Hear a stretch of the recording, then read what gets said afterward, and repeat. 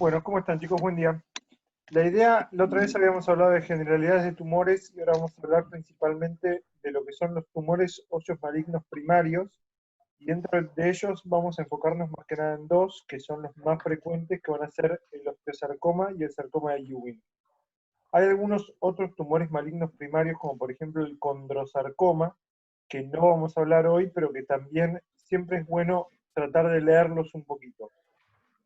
La diferencia con, por ejemplo, el condrosarcoma, y por qué no hablamos de condrosarcoma, sino porque si no serían eternas, son 1000 clases, es una clase por tumor, y generalmente el concepto que se tiene que llevar es que es más o menos siempre que nosotros tenemos un tumor que yo pienso que es maligno, hay que manejarnos de la misma manera, que ahora vamos a ver cómo es.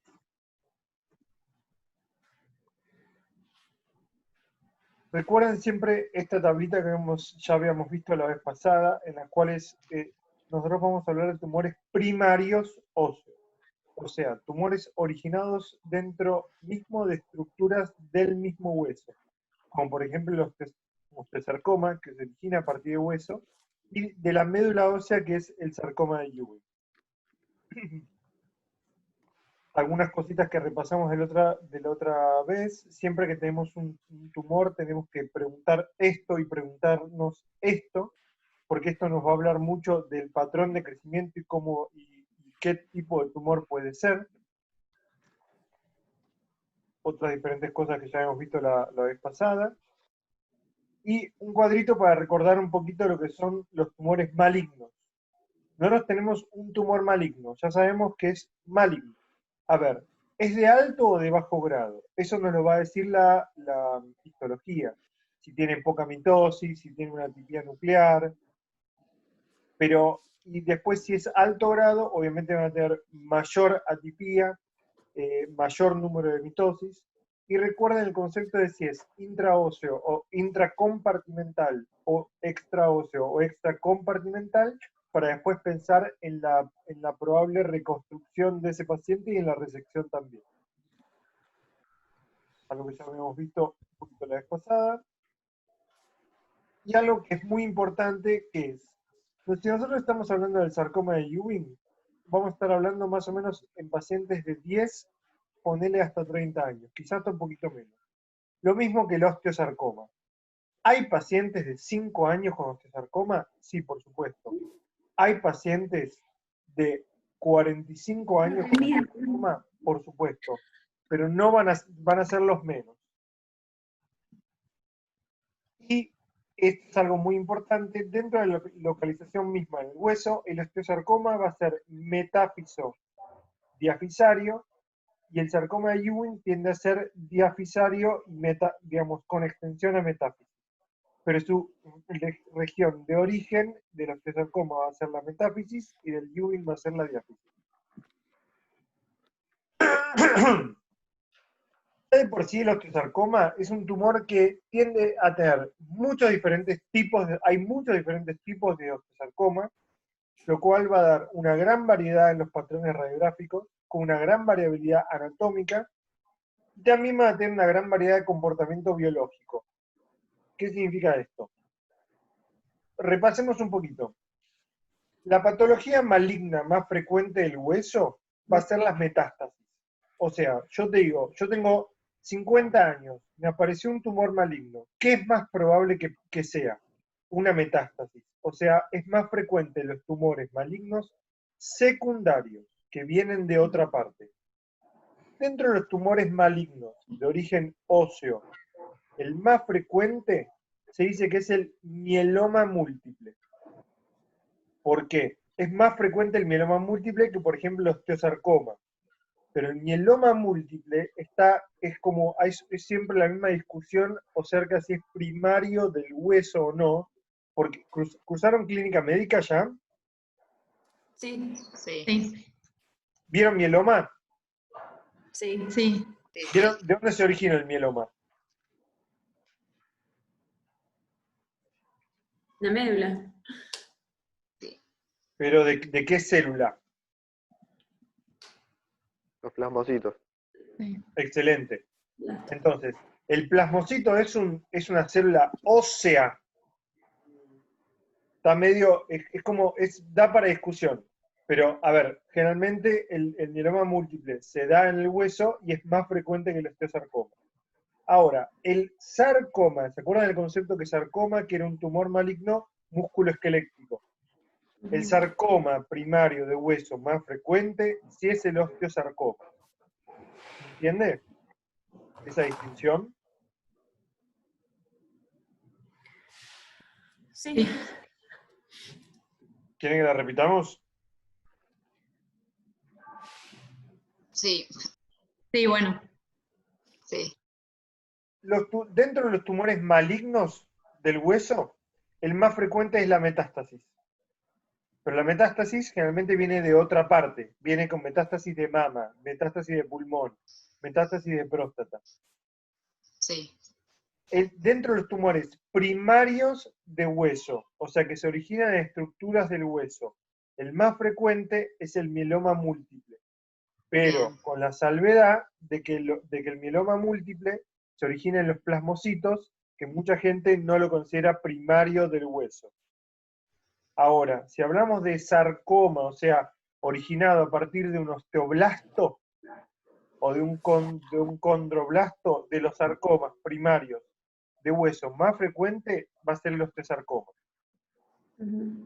que Bien, ahora va, sí. va a ser aproximadamente el 20% de las neoplasias primarias malignas y generalmente tiene dos picos. El primario, que es entre los 10 y los 25 años, y el secundario, que es edades avanzadas. ¿Vieron, por ejemplo, la clase de fracturas de cadera?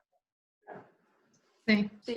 Vieron que también es como que tiene dos picos, o sea, en jóvenes por el tema de los accidentes y después en adultos mayores por el tema de, una fractura, una caída, osteoporosis, etc.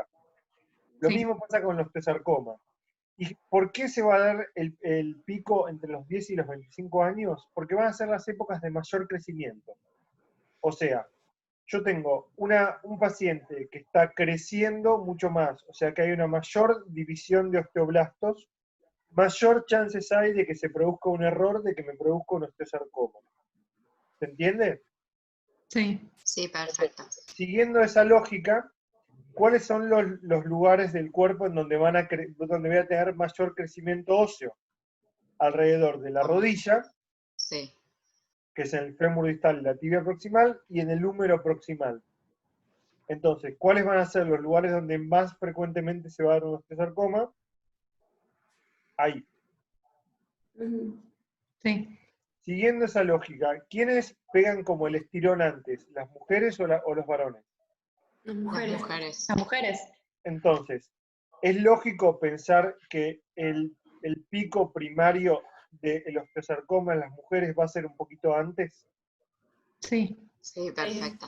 ¿Se entiende lógicamente cómo Sí. lo vamos pensando? Perfecto. Sí. Y el secundario, que es un osteosarcoma secundario, generalmente se da en edades avanzadas porque generalmente no son de novo, o sea, no pasa por una mutación, sino que generalmente es secundario a alguna patología que estuvo 30 años generando división celular y que en algún momento me provoca un osteosarcoma. Puede que sí, puede que no, pero puede pasar. Por ejemplo, enfermedad de Payet, que yo tengo un recambio óseo acelerado por 50 años, me termina provocando un osteosarcoma. Por ejemplo, una osteomielitis crónica, en la cual tengo destrucción y multiplicación celular todo el tiempo. Y el pico generalmente se da con mayor frecuencia en los varones que en las mujeres. Como sabemos, es un tumor primario maligno óseo generalmente infantil. El 75% de los casos se va a dar entre los 10 y los 25 años. Y como decíamos antes, su pico acompaña el crecimiento óseo. Ahora, hay algunos que son, hay un montón de osteosarcomas diferentes como hablábamos antes. Para separarlos rápidamente y de una manera que nos entendamos, el osteosarcoma se puede generar en la médula, o sea, adentro de la medular del hueso, que llamamos osteosarcoma central, o en la superficie, o sea, en el periósteo, en el cual vamos a hablar de un osteosarcoma perióstico o de superficie. Dentro de los osteosarcomas de superficie generalmente tenemos tres, que es el parostal, el periostal y el de alto grado. nadie les va a preguntar esto porque además nadie lo sabe, pero tengan en cuenta que, por ejemplo, los osteosarcomas de superficie, como por ejemplo el parostal y el perióstico, van a ser osteosarcomas lo que se llama de bajo grado.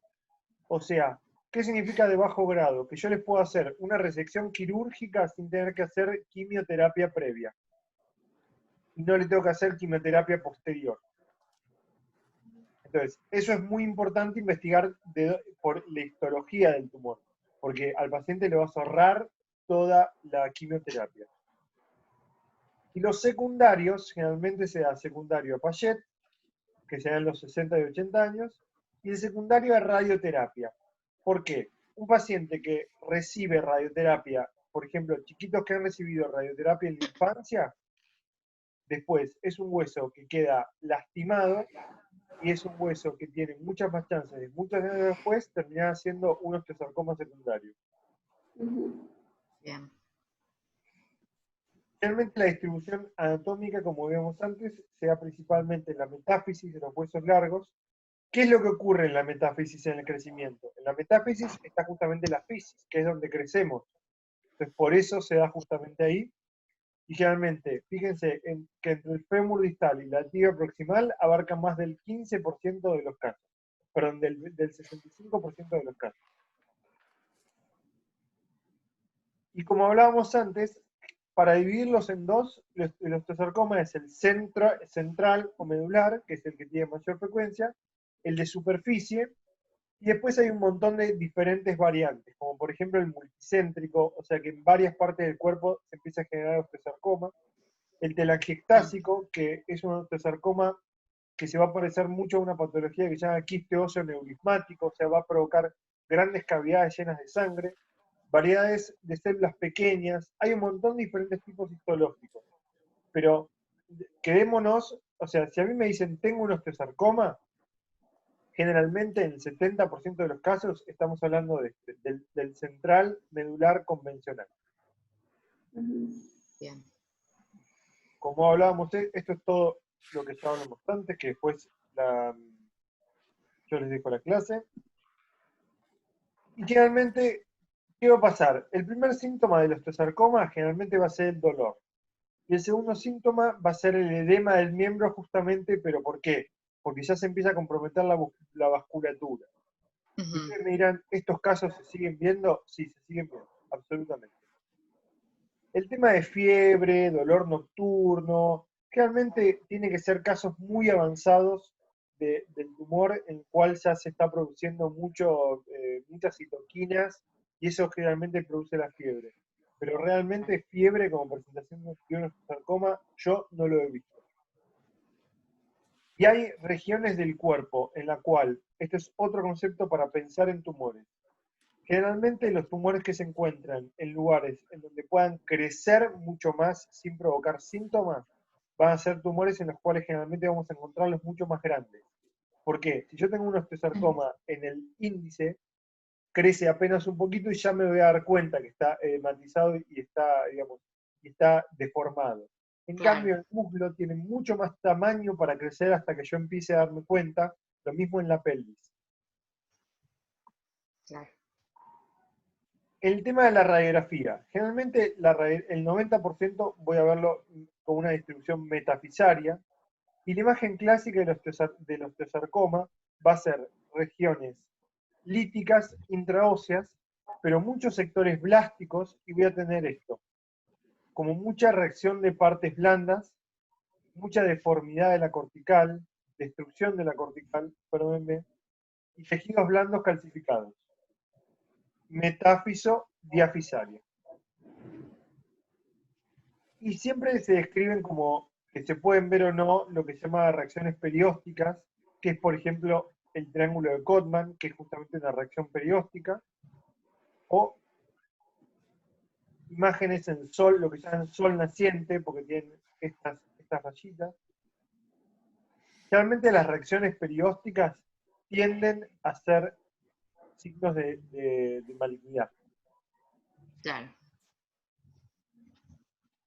Y en la resonancia es muy importante por varios motivos. La primera es que nos va a hablar de la extensión real del tumor. O sea, quizás yo veo una radiografía y veo que abarca esto. Pero yo después le hago una resonancia. ¿Se ve la flechita ahí? Sí, ¿no? Sí, Sí. sí, Digo, yo tengo edema óseo hasta acá. O sea, si yo tengo que planificar en este paciente una resección, tengo que tener en cuenta que quizás tenga que ir hasta acá para hacer una resección. claro. Y lo mismo pensando en la reconstrucción. Porque teniendo en cuenta que este paciente yo tengo que hacerle márgenes, el margen de esto es acá. O sea, no hay manera de salvar el fémur distal. Sí, Ahora, si este paciente hubiese tenido la lesión acá, yo con márgenes puedo cortar hasta acá, puedo salvar toda la articulación y puedo hacer lo que se llama un aloinjerto, o sea, un fragmento de hueso de banco, ponerlo ahí, ponerle unas placas y unos tornillos y salvar la articulación. Recuerden que no importa la reconstrucción que yo planee para después. Lo más importante es resecar el tumor con margen. No importa sí, si yo voy a hacer una técnica nueva en la cual traigo el fémur de no sé dónde y le pongo el nuevo sistema y después la anatomía patológica me dice márgenes comprometidos, no sirvió de nada. O sea, claro. lo importante es los márgenes. Ahora, fíjense también que hay un montón de diagnósticos diferenciales del osteosarcoma, por ejemplo. Este es un osteosarcoma, pero esto es una infección, esto es una osteomelitis. Y yo veo imágenes muy similares. Lo Claro. mismo esta enfermedad que se llama granuloma eosinófilo. Entonces, siempre hay que hacer una buena biopsia, un buen estudio de imágenes y siempre tengo que tener en cuenta la presentación del paciente.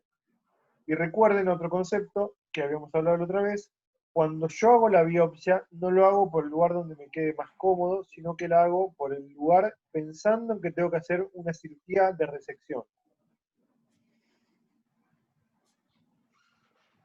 Esta es la agujita que se llama aguja Hamshiri, que es con la que hacemos la biopsia. Esto, fíjense que tiene lo que se llama un trocar, esto es desmontable.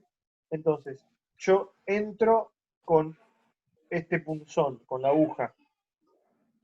Se clava la aguja, veo por tomografía que está en la dirección que yo quiero, saco esto, que es la aguja en sí, y queda como el tubo hueco que tiene como una punta, y yo después voy de a poquito entrando la aguja hasta el punto donde yo quiero, y así poder tomar la muestra. Ahora, dentro de otro tipo de osteosarcoma, que eran los osteosarcomas de superficie, dentro de todo el más frecuente va a ser el parostal, que generalmente se da en mujeres en la cara posterior de la rodilla, o sea, del fémur, y generalmente tiene un poquito de invasión medular, pero el mayor porcentaje del tumor va a crecer hacia el hueco popliteo. Y en estos Bien, casos es muy importante sospecharlo, es muy importante hacer una buena biopsia, porque con la biopsia el patólogo me puede decir, es de bajo grado. Y eso al paciente le cambia un montón. No se tiene que comer toda la quimio ni antes ni después. El osteosarcoma perióstico, que es otro de los tumores de osteosarcoma de superficie y también tiene un grado intermedio, pero que te puedo no hacer una quimioterapia, también realmente sea en la diáfisis entre los 15 y los 25 años a predominio femenino, y también el tratamiento puedo hacerle exactamente lo mismo que en el parostal, o sea, no hacer quimioterapia y hacer una resección completa con margen. Yo quizás siempre de alumno, y hasta que entendí un poquito más esto, era bueno, pero ¿por qué no me hablan de cómo reconstruyen estas cosas? Que es importante. Lo más importante de todo esto es hacer una resección con margen. Por eso yo necesito ver la radiografía, obviamente, acuérdense otro concepto muy importante, que necesito una radiografía del hueso completo y una resonancia con contraste del hueso completo que abarque las articulaciones proximales y distales. Voy a hacer una resección, yo en este caso, por ejemplo, en el cual, imagínense, yo veo todos los cortes axiales y no veo que tenga invasión medular. O sea, que sí, puedo hacer tranquilamente una resección que sea tridimensionalmente, perdón, así, o sea, una hemicortectomía, y después agarrar un hueso de banco, cortar ese fragmento para que sea similar tridimensionalmente, que sea igual, pegarlo en donde haya quedado el espacio y fijarlo con una osteosíntesis. Y después de a poquito ese hueso se va a ir pegando al hueso nativo del paciente. Para hacer eso tengo que tener muy bien tridimensionalmente hasta dónde llegó el tumor. Y tengo que hacer una muy buena planificación operatoria, preoperatoria. No es que en el quirófano voy a decir, bueno, seguro que llega hasta un poquito por acá. Eso hay que medirlo muy bien preoperatorio y también saber muy bien cómo voy a cortar el fragmento. O sea, son cirugías que requieren una muy buena planificación preoperatoria. Bien. ¿Alguna duda, alguna pregunta? No. Bárbaro. Fíjense este, que es el osteosarcoma telangiectásico, que genera mucho más destrucción. Fíjense que ya está casi como borrado el hueso. Y en la resonancia cómo abarca todo esto. Por ejemplo, yo acá, si le quiero dar un margen, me tengo que ir hasta la rodilla. Este paciente sí o sí va a necesitar una prótesis. Porque con hueso no puedo darle, bajo ningún concepto, un margen amplio.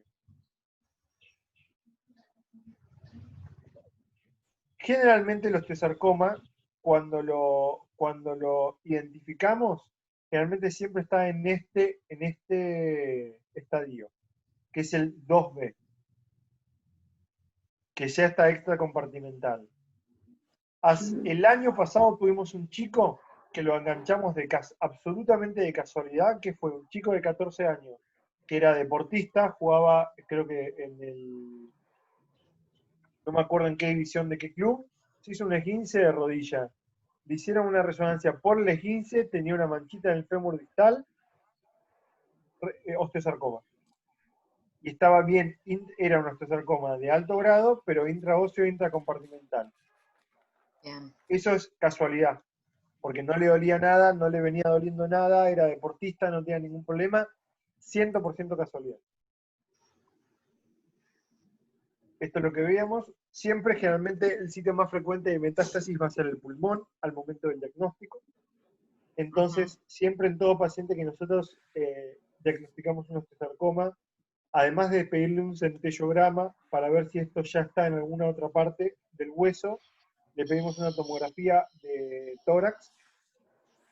Y otro concepto importante que se da generalmente en los tumores óseos malignos primarios, pero también se puede dar en las metástasis, y que es muy importante investigar, y por eso pedimos la resonancia completa de todo el miembro, es lo que se llama skip metástasis o metástasis saltatoria.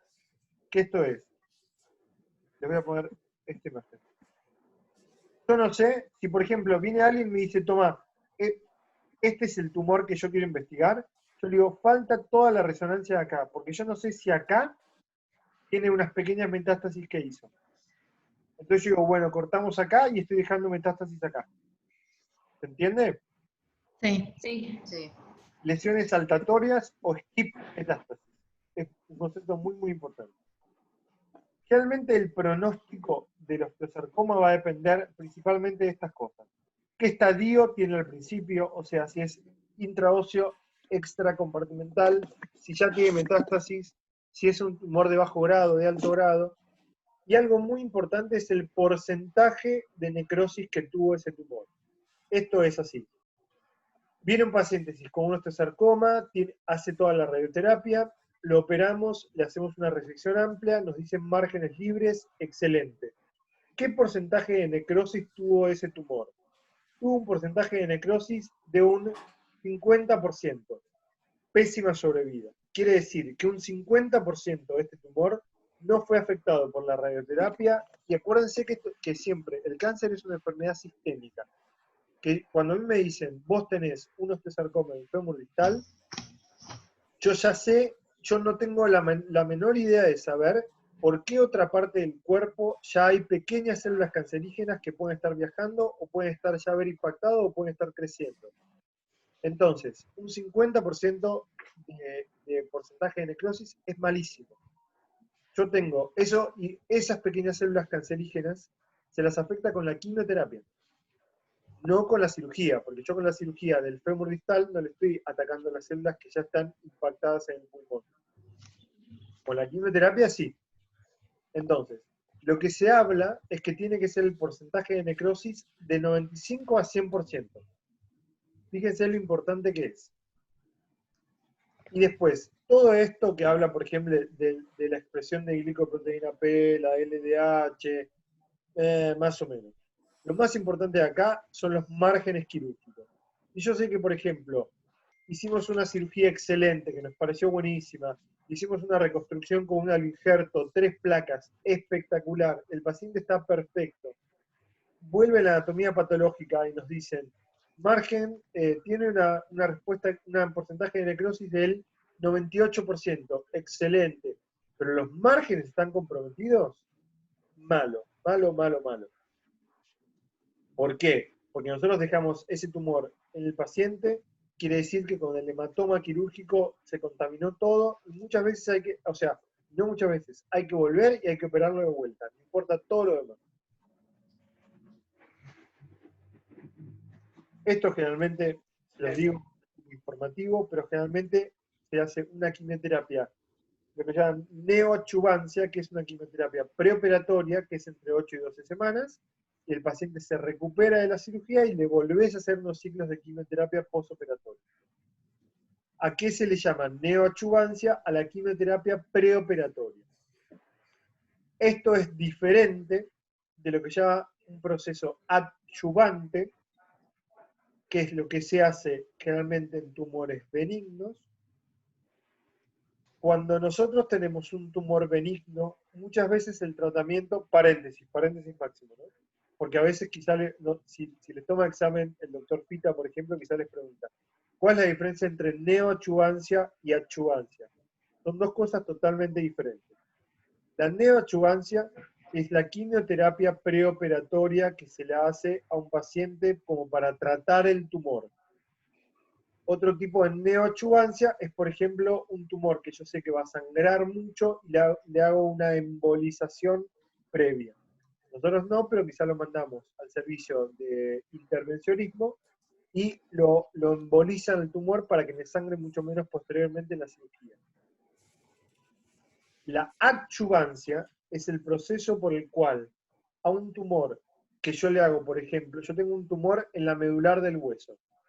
¿Me ven ahí? Vean un segundito el video. Sí. Yo le hago una ventana ósea, saco la ventana, con la cureta cureteo todo ese tumor benigno, lo saco, pero después entre las trabéculas óseas yo no sé si me quedó digamos, un fragmentito de tumor o 3 células del tumor acá. Entonces, la adjuvancia es el proceso por el cual se trata esa cavidad, por lo que se llama aumentar un margen quirúrgico. La adjuvancia es, por ejemplo, un fresado de alta velocidad, como si fuese un torno del dentista en el cual yo le paso a toda la superficie y voy alisando esa cavidad como para sacar las células que hayan podido quedar. Otra adjuvancia es, por ejemplo, con lo que se llama fenol, que es como si fuese un alcohol que va quemando. O, por ejemplo, nitrógeno líquido, que se le puede poner adentro como para que si quedó un pedacito de tumor, se muera. Esa es la adjuvancia. Okay. Ven que son dos cosas totalmente diferentes. ¿Estamos? Sí. O sea, la adyuvancia es algo más local en la lesión, a diferencia de la quimio. Exactamente. Ok. Ahora, dentro de los márgenes quirúrgicos que nosotros tenemos que darle a un osteosarcoma, siempre generalmente a los osteosarcomas le damos márgenes quirúrgicos amplios. O sea, sacamos el tumor, la pseudocápsula, con un margen, que es el margen es generalmente de 1 centímetro, de 1,5 centímetros o 2 centímetros. Hay algunos casos en los cuales no se puede hacer esto y realmente hay que, digamos, vos priorizás la vida y decís a este paciente vamos a hacerle una resección radical, o sea, vamos a sacar directamente una amputación, porque no hay manera de sacarlo con márgenes Y si no se puede sacar con márgenes, no se hace la cirugía. Directamente se amputa, porque no tiene sentido dejar un pedacito de tumor. No tiene sentido. Fíjense, por ejemplo, este caso. Este era un chico que operamos en nuestro centro que tenía un osteosarcoma, radiografía de todo el miembro, incluidas las caderas, una resonancia. Fíjense que nosotros teníamos el tumor hasta acá, que llegaba hasta la fisis. Sí. Centellograma, no tenía otro compromiso. La cirugía planeando la resección del trayecto de la biopsia. La resección que se le hace, dejándole la fisis. Fíjense el paquete. El hueso de banco, o sea, el halo injerto, se lo corta del mismo tamaño, y como posteriormente se lo reconstruye con 2 tornillos cruzados y una plaquita. Entonces, esta es la radiografía. Esto después con el tiempo va a empezar a pegar el halo injerto, primero hacia distal porque tiene más superficie de contacto, y posteriormente va a empezar a pegar lo proximal porque tiene menos superficie de contacto. Se para las postoperatorias. Eso es lo que llaman un halo injerto. Otra opción, si el tumor hubiese llegado hacia más distal, es directamente una prótesis. Vos decís, este paciente no hay manera de salvarle la articulación, listo, se hace la resección y se hace la Se va prótesis. todo, Adri. Y otra más rara, no, la saqué porque era muy rara. Otra que está es, por ejemplo, lo que se llama la rotaciónplastía, que acá generalmente no se usa, se ha usado muy poco, yo no he visto nunca, pero lo que hacen es sacarles directamente. Esperen.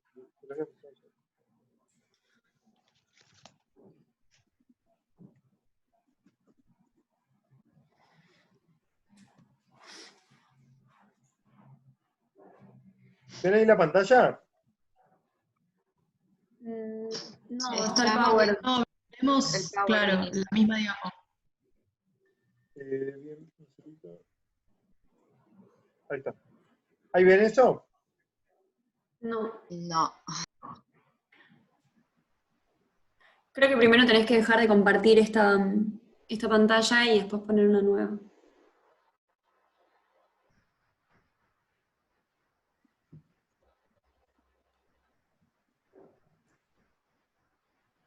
¿Ahí ven ahí? No. No.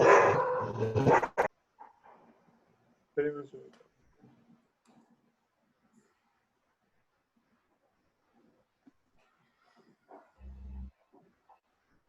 La rotaciónplastía es un procedimiento que a nosotros nos puede chocar un poquito porque realmente... ¿Ahí ven? ¿Ahí ven?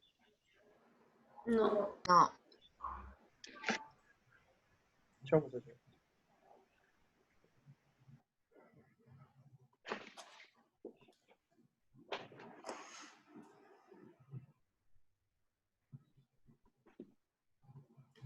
¿Ahí? Ahora sí. Bueno, fíjense. Ahora sí, sí. Esta es una imagen que acabo de sacar de internet, ¿no? Pero el caso es para esto y nada más es puramente ejemplificativo. Lo que hacen es una resección del fémur distal y de la tibia proximal, y todo lo que es la tibia que quedó es como que se sutura hacia el fémur proximal. Entonces queda de rodilla el tobillo. Ok.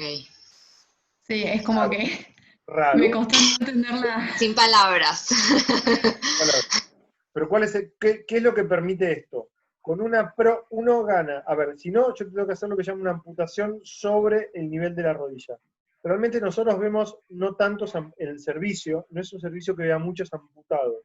Entonces quizá ni siquiera van a hablar de amputaciones, o nada más, o no van a hablar ni de equipamiento, ni nada de eso. Pero ¿cuál es el problema? No es lo mismo que me amputen por debajo de la rodilla que sobre la rodilla, por un tema de la fuerza que tengo que hacer yo para caminar y cómo me canso posteriormente, que no es una pavada. Entonces, de esta manera, con esta rotación plástica, que el paciente lo tiene que entender, yo voy a tener de vuelta una rodilla que me va a permitir a mí caminar mucho mejor, puedo correr con esto y voy a tener una mucho mejor calidad de vida si en mi esquema corporal y en mi mente entiendo que voy a tener esto. No importa, es Sí. simpático, no cambia nada.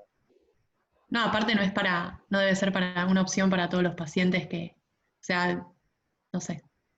No, para nada. Es más, póngale, hay pacientes que después dicen, no, listo, ampúteme. Sí, sácamelo. Déjamelo, No, olvídate. totalmente. Sí, sí. Pero, opciones. Obvio. Chicos, ¿tienen alguna duda, alguna pregunta? No, Con por ahora respecto no. al tratamiento, ¿lo manejan ustedes o estos casos pasan a oncología y los tratan ellos? Es O sea, decir, la parte, obviamente, lo más sistémico, ¿no? Obviamente que la operación la van a hacer ustedes. siempre en este tipo de casos nosotros trabajamos con equipos multidisciplinarios.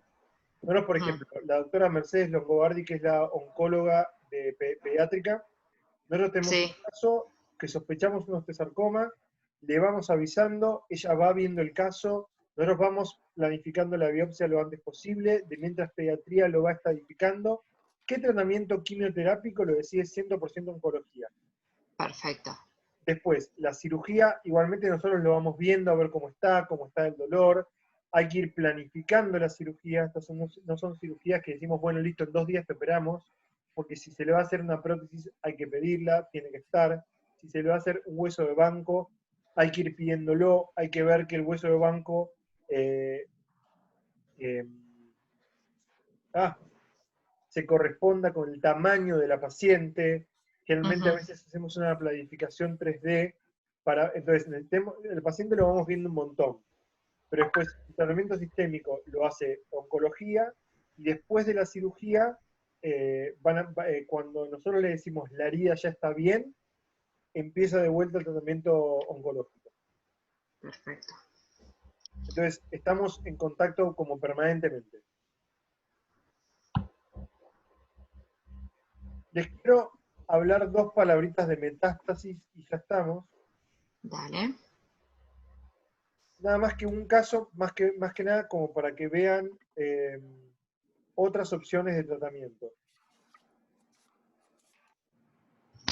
Miren, les voy a dar una opción, les voy a mostrar otra cosita. Por ejemplo, yo también estoy en Otamendi. ¿Ven ahí la pantalla? No.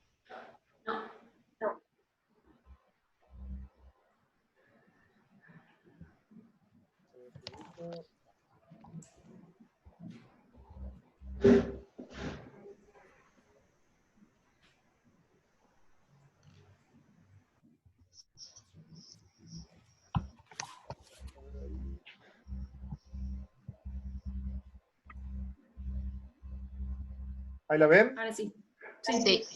Mire, por ejemplo, Ahora sí. para que veamos cómo se trabaja, o cómo trabajamos. Por ejemplo, este fue un caso que fue hace muy poquito, y les voy a mostrar 2 casos.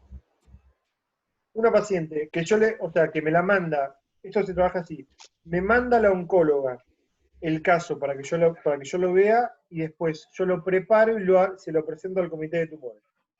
72 años, femenina, un cáncer de colon que tuvo la cirugía en diciembre del 2019 con metástasis hepáticas. Además de las metástasis hepáticas, tiene progresión ósea. ¿Qué es esto? Tiene principalmente en el fémur, es una lesión que ya está comprometiendo las corticales, que tiene una gran extensión y que le provoca mucho dolor a la paciente. Entonces, cuando nosotros hablamos de metástasis, fíjense que también tiene afectado, ¿ven el cursor? El Sí. ilíaco derecho. Sí. Ahora, el ilíaco derecho no le duele, no le molesta. Ajá. ¿Nosotros tenemos que ir a sacar todas las metástasis? No. Esta paciente no se va a curar de su metástasis en el cuerpo. Pero ¿qué vamos a hacer acá en este paciente? Mejorarle la calidad de vida. Vamos a mejorarle el tema del dolor. Entonces, nosotros tenemos una lesión en el diafisaria del fémur izquierdo que provoca mucho dolor y que limita mucho la calidad de vida. Nosotros generalmente usamos este score, que se llama score de Mirels, el cual nos habla de la posibilidad que tiene esa paciente de una fractura patológica. Una fractura patológica en este caso es catastrófico, porque va a estar internada, va a ser mucho más complicada la cirugía, el hematoma compromete mucho más. Entonces, ¿qué hacemos? Vamos a prevenir esta fractura patológica. Fíjense que tenía un score bastante alto esta paciente, porque era en el miembro inferior 2 puntos. Dolor moderado, o te diría 3, entre 2, 3, era una lesión lítica y que ocupaba entre 1/3 y 2/3 de la cortical. O sea, 2, 4, 7, 9. Mayor de 8 ya hay alto riesgo de fractura patológica. Entonces, ¿cuál es el tratamiento que nosotros podemos hacer en esta paciente? Lo que llama una resección con una reconstrucción. Esto fue antes de operado, o sea que no es el mismo caso. Pero yo le llevé acá al comité este caso. Fíjense que es un paciente similar, no es el mismo, pero que habíamos hecho nosotros en el hospital. Fíjense que es muy similar. Un paciente con una lesión lítica, en la resonancia que vemos una extensión hasta acá, el centellograma, única lesión, que es lo que hicimos, lo que se llama una prótesis intercalar. O sea, como si fuese, hicimos una resección, esta prótesis, que es como si fuese un tubo de metal, por así decirlo, que tiene lo que se llama los vástagos, hacia proximal y distal, se cementa, y al paciente le resolvés el dolor. Porque lo que estaba doliendo era eso, el hueso que se estaba por fracturar. Entonces, siempre que nosotros tratamos una metástasis, si es una metástasis única de un paciente que está controlado, quizás sí podemos pensar en un criterio curativo. Si es una paciente que tiene múltiples metástasis, después hay un montón de opciones para hacer un tratamiento paliativo, o sea, de mejorarle la calidad de vida. No importa si tiene, si le quedan 3 meses de vida o si le quedan 6 meses de vida, ese paciente va a estar sin dolor todo ese tiempo. Bien. Nada más. ¿Tienen alguna duda, alguna pregunta?